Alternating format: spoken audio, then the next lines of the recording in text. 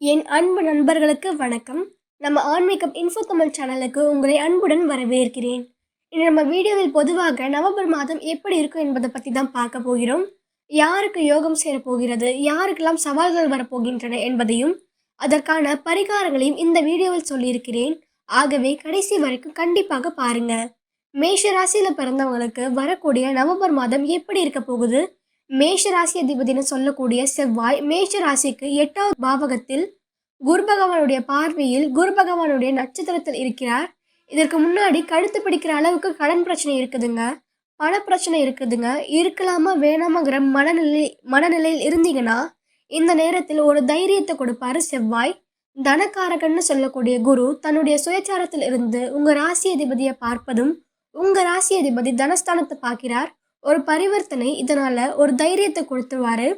இந்த நவம்பர் மாதம் 1ஆம் தேதியிலிருந்து நவம்பர் மாதம் 30ஆம் தேதி வரைக்கும் இந்த மாதம் பிறந்த உடனே மேஷ ராசியில் பிறந்தவங்களுக்கு ஆஹா ஓகன்னு சொல்ற அளவுக்கு பலன் வந்துடும் அப்படின்னு சொல்ல வரலங்க. மூச்சு கூட விட முடியாத அளவுக்கு சிரமம் இருக்குது, கஷ்டம் இருக்குதுங்க. அப்படின்னா இந்த மாதம் தொடங்கின உடனே ஓரளவுக்கு ஒரு நிம்மதியை கொடுத்துரும். கடன் பிரச்சனையை தானே சரி கட்டிடலாம், பார்த்துக்கலாம், அந்த தெம்பை கொடுத்துரும், தைரியத்தை கொடுத்துரும். அப்போது இந்த மாதம் அப்படிங்கிறது உங்களுடைய மனநிலையில் மாற்றங்கள் உருவாகிறதுக்கு உண்டான நேரம். அதில் மாற்று கருத்தே கிடையாது. ஒரு சில மேஷராசியில் பிறந்தவங்களுக்கு குடும்ப வாழ்க்கையில் பலவிதமான சங்கடங்கள் இருக்கலாம். பொருளாதார ரீதியாக ஏற்படக்கூடிய சூழல் குடும்பத்தை பாதிச்சிருக்கலாம். கணவன் மனைவிக்குள்ளார கருத்து வேறுபாடு, அண்ணன் தம்பிக்குள்ள கருத்து வேறுபாடு, தாய் தகப்பனுக்குள்ள கருத்து வேறுபாடு, இந்த மாதிரியான சங்கடங்கள் இந்த நேரத்தில் சரிப்படுத்தும். மேஷ ராசிக்கு 6வது பாவகத்துக்கு அதிபதி ருணரோக சத்ருஸ்தானாதிபதினு சொல்லக்கூடிய புதன் மேஷ ராசிக்கு 8வது பாவகத்தில் மறைஞ்சு குரு பகவானுடைய பார்வை வாங்குறாரு. அதனால நம்ம மேலே இருக்கக்கூடிய அந்த வகைகள் நீங்கக்கூடிய தருணமாக இருக்கும். வரக்கூடிய இந்த நவம்பர் மாதத்தில் போகாத இடத்துக்கெல்லாம் ஃபோன் என்ற பேர் வந்துருச்சு, செய்யாத தப்புக்கெல்லாம் செஞ்சேன்ற பேர் வந்துருச்சு, வாங்காத பணத்துக்கு வட்டி கட்டுற மாதிரியான ஒரு சூழ்நிலை வந்துருச்சுங்க அப்படின்னு ஆதங்கத்தில் இருக்கக்கூடிய மேஷராசி நண்பர்களா நீங்கள் 6வது பாவகத்துக்கு அதிபதி 8வது பாகவத்தில் குரு பகவானுடைய பார்வை மட்டும் கிடையாது. அந்த 6 கிரகம் சனி பகவானுடைய சாரத்தில் அனுஷம் நட்சத்திரம் 2வது பாதம் மகாலட்சுமி அவதரிச்ச நட்சத்திரத்தில் புதன் இருக்கிறாரு. புதனுக்கு சனி பகவான் நல்லவர். அப்போ சனி பகவான் மேஷ ராசியில் பிறந்தவங்களுக்கு யாருன்னு கேட்டிங்கன்னா லாபஸ்தானாதிபதியும் தொழில் ஸ்தானாதிபதியும். அந்த அமைப்புகளில் நம்ம மேலே இருக்கக்கூடிய அந்த கருத்து வேறுபாடு சரியாகிறதுக்கு உண்டான பாதையை இந்த பிரபஞ்சம் கொடுக்கும். இது போக உச்சந்தலையிலிருந்து உள்ளங்கால் வரைக்கும் ஏதோ ஒரு தொந்தரவு கொடுத்துக்கிட்டே இருக்குதுங்க. ஒரு நாள் நல்லா இருந்தால் ஒரு நாள் ஏதோ ஒரு சங்கடங்கள் கொடுத்துக்கிட்டே இருக்குது. உடல் உபாதைகள் சரியாகிறதுக்கு உண்டான நேரம். 3 வருஷமாக வைத்தியம் பார்த்துட்டு இருக்கிறவங்க, 5 வருஷமாக வைத்தியம் பார்த்துட்டு இருக்கவங்க, இது வரைக்கும் எனக்கு ஒரு நல்லதே நடக்கலை. இந்த நவம்பர் மாதம் சரியாக சொல்லணும்னா 11லிருந்து 23 தேதிக்குள்ளார 23ஆம் தேதி. ஏன்னா இப்போ இந்த புதன் வந்து உங்கள் ராசிக்கு 8வது பாவகத்தில் இருக்காரு, வக்ரத்தில் இருப்பார். அதன் பிறகு வெளியே வருவார். இது எல்லாமே நமக்கு 23ஆம் தேதி வர மேஷ ராசியில் பிறந்த ஆணுக்கும் சரி பெண்ணுக்கும் சரி உடல் உபாதைகள் சரியாகிறதுக்கு உண்டான நேரம். இந்த மாதத்தில் மேஷ ராசியில் பிறந்தவங்களுக்கு ஒரு அற்புதமான ஒரு கிரகம் எதுன்னு கேட்டிங்கன்னா 1 செவ்வாய், 2வது வந்து குரு. குரு தான் முதல்ல. உங்கள் ராசிக்கு 4வது பாவகம் சுபஸ்தானத்தில் இருக்கக்கூடிய குரு உங்கள் ராசிக்கு 8வது பாவகத்தையும் உங்களுடைய ராசிக்கு 10வது பாவகத்தையும் உங்கள் ராசிக்கு 12வது பாவகத்தையும் பார்ப்பாரு. இப்போ 8, 12 அப்படிங்கிறது மறைவு ஸ்தானத்தை பார்க்குறாரு. செலவினம் கொடுக்க தான் செய்யும். ஆனாலும் தொழில் ஸ்தானம்னு சொல்லக்கூடிய 10வது பாவகத்தை குரு பகவான் பார்ப்பது நமக்கு அதிர்ஷ்டமான ஒரு விஷயம். அதனால வாழ்வாதாரத்துக்கே வழி இல்லாமல் இருந்துட்டு இருக்கிறவங்க இருக்கிற வேலையை செய்யலாமா எடுத்துடலாமா என்ற எண்ணத்தில் இருந்துட்டு இருக்கிறவங்க, எடுக்க வேண்டாம் அப்படின்னு ஏதோ ஒரு வகையில் இந்த பிரபஞ்சம் ஒரு பாதையை காட்டும். இருக்கிற வேலையை விட்டுட்டு வேற வேலையை செஞ்சுக்கலாமா, இந்த மாதிரி எண்ணங்கள் சில பேருக்கு இருக்க தான் செய்யும். பழக்கப்பட்ட குதிரையில் பயணிக்கிறத விட பழக்கப்படாத குதிரையில் பயணிச்சிடலாமா? தப்பு.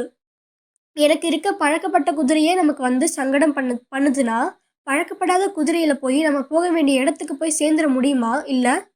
அந்த மாதிரி தெரிஞ்ச தொழிலே நான் வந்து 4 காசு சம்பாதிக்கலைன்னா தெரியாத தொழில் செய்கிறது தப்புங்க.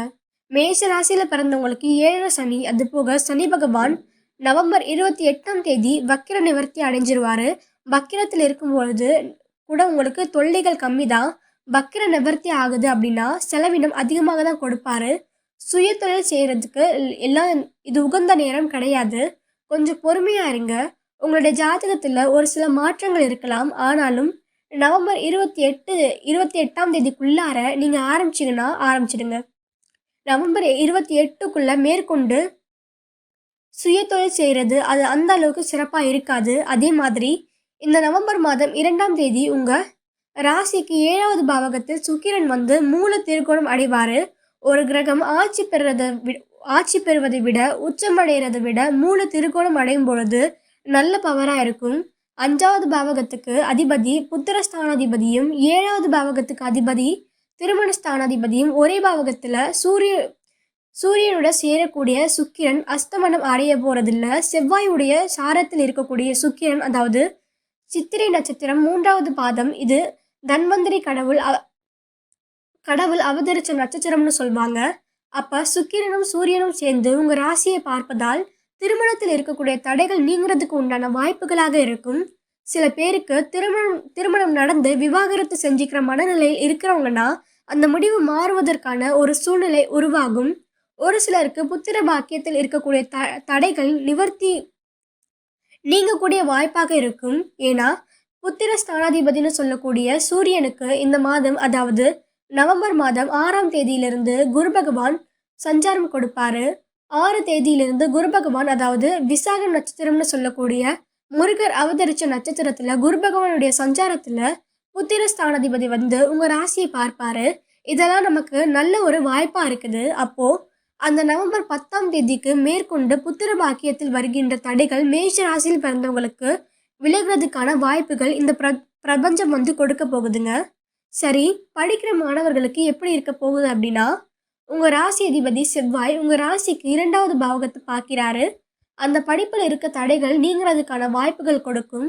அதே மாதிரி சீனியர் சிட்டிசன் ஒரு 40 வயசு மேற்கொண்டு 60 வயசுக்கு மேற்கொண்டு இருக்கக்கூடியவங்களுக்கு எப்படி இருக்குன்னா, மன அழுத்தம் சரியாகிறதுக்கான வாய்ப்புகள், 2வது வந்து உடல் உபாதைகள் சரியாகிறதுக்கு உண்டான வாய்ப்புகள் கொடுக்கும் இந்த பிரபஞ்சம். அதில் மாற்று கருத்தே கிடையாது. 40 வயசுக்கு மேலே உள்ளவங்க சீனியர் அப்படின்னு கேட்டிங்கன்னா அப்படி சொல்ல வரலங்க. 40 வயசுலேருந்து 60 வயசுக்குள்ளார வரைக்கும் இருக்கக்கூடியவங்களுக்கு மன அழுத்தம் அதிகமாகவே இருக்கும். ஏதாவது ஒரு வகையில் நம்முடைய மனசால் அப்படின்றதுனால எதிர்பார்ப்புகள் இருக்க தானே செய்யுது. அந்த எதிர்பார்ப்புகள் மூலமாக ஏதாவது ஒரு மன அழுத்தம் இருக்குதுன்னா அது சரியாகிறதுக்கான பாதையை இந்த பிரபஞ்சம் இந்த காலகட்டத்தில் உருவாக்கி கொடுக்கும். மேஷராசியில் பிறந்தவங்களுக்கு 100% வரக்கூடிய நவம்பர் மாதம் ஆகா ஓகோன்னு பலன் கொடுக்கலனாலும் நம்மளுடைய தேவைகளை பூர்த்தி பண்ணிக்கிற அளவுக்கு ஒரு நிம்மதி சந்தோஷத்தை உருவாக்கி கொடுக்கக்கூடிய அளவுக்கு இந்த பிரபஞ்சம் நவம்பர் மாதத்தில் பலன் தரப்போகுது.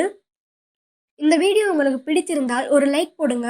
உங்கள் ராசியை கமெண்ட்டில் எழுதுங்க. நம்ம சேனலை மறக்காமல் சப்ஸ்கிரைப் பண்ணுங்கள். ஒவ்வொரு ராசிக்கும் தனிப்பட்ட பலன்கள், பரிகாரங்கள் மற்றும் ஆன்மீக தகவல்கள் அனைத்தையும் தொடர்ந்து வெளியிட போகிறேன். இறைவன் அருளால் உங்கள் வாழ்வில் சந்தோஷம், ஆரோக்கியம் மற்றும் செல்வம் நிலைத்திருக்கட்டும். இனிய நாள், இனிய வாழ்வு. நன்றி, வணக்கம்.